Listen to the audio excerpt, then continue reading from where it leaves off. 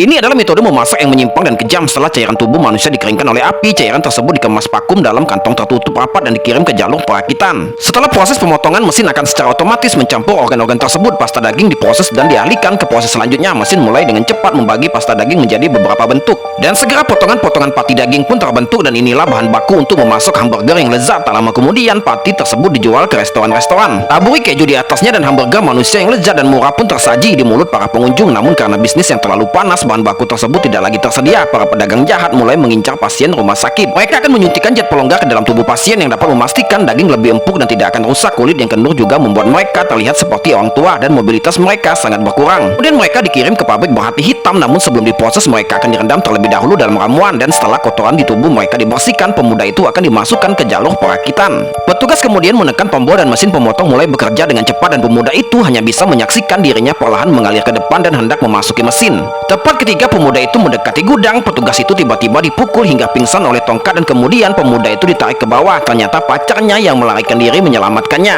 Namun petugas itu tidak mati, ia melemparkan wanita itu keluar. Pemuda itu ingin melawan tetapi diikat erat oleh petugas itu. Pada saat ini seorang pasien yang tidak jauh darinya mulai bermutasi di bawah pengaruh ramuan, dan detik berikutnya ia berada di belakang keduanya. Mematahkan leher pria itu secara langsung. Dengan cara ini staf tersebut ditempatkan di jalur perakitan. Ia akhirnya menjadi pai daging. Para pasien juga diselamatkan dan para pedagang berhati hitam akhirnya dibawa ke pengadilan.